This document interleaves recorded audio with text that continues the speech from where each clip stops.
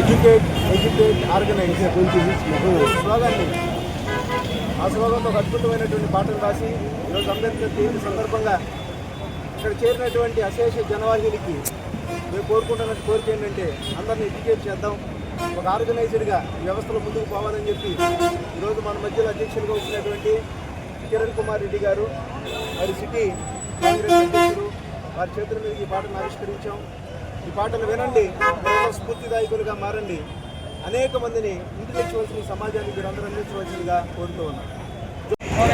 సోదరుడు ఈరోజు అంబేద్కర్ గారి మీద ఒక మంచి పాట రాయడం, అది నా చేతుల మీదుగా ఆవిష్కరించడం అదృష్టంగా భావిస్తున్నాను.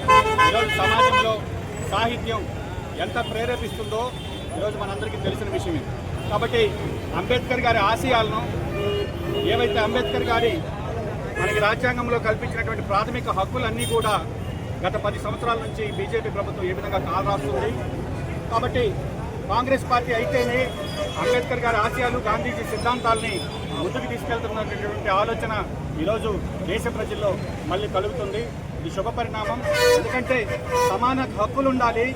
ఈరోజు ఎవరు కూడా మైనారిటీ సోదరులు, బడుగు బలహీన వర్గాలు అందరూ కూడా అత్యున్నత స్థానానికి రావాలనేటటువంటి ఉద్దేశంతో రాజ్యాంగంలో అంబేద్కర్ గారు మనకు ప్రాథమిక హక్కులు కల్పించి ప్రతి ఒక్కరూ కూడా ఎదిగేదానికి దోహదపడినటువంటి వ్యక్తి అంబేద్కర్ గారు.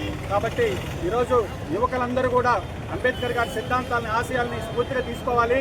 ఈరోజు మనం మళ్ళీ తిరిగి రాజ్యాంగం మీద దాడులు జరుగుతున్నాయి. రాజ్యాంగం స్థానంలో మనుస్మృతిని తీసుకురావాలని బీజేపీ వాళ్ళు ప్రయత్నించడం నిజంగా దురదృష్టకరం. కాబట్టి కాంగ్రెస్ పార్టీ ఈరోజు సోదరుడికి మనస్ఫూర్తిగా అభినందనలు తెలియజేస్తుంది. నగర కాంగ్రెస్ పార్టీ తరఫున మరొకసారి కృతజ్ఞతలు తెలియజేస్తున్నాను ఈ అవకాశం కల్పించినందుకు.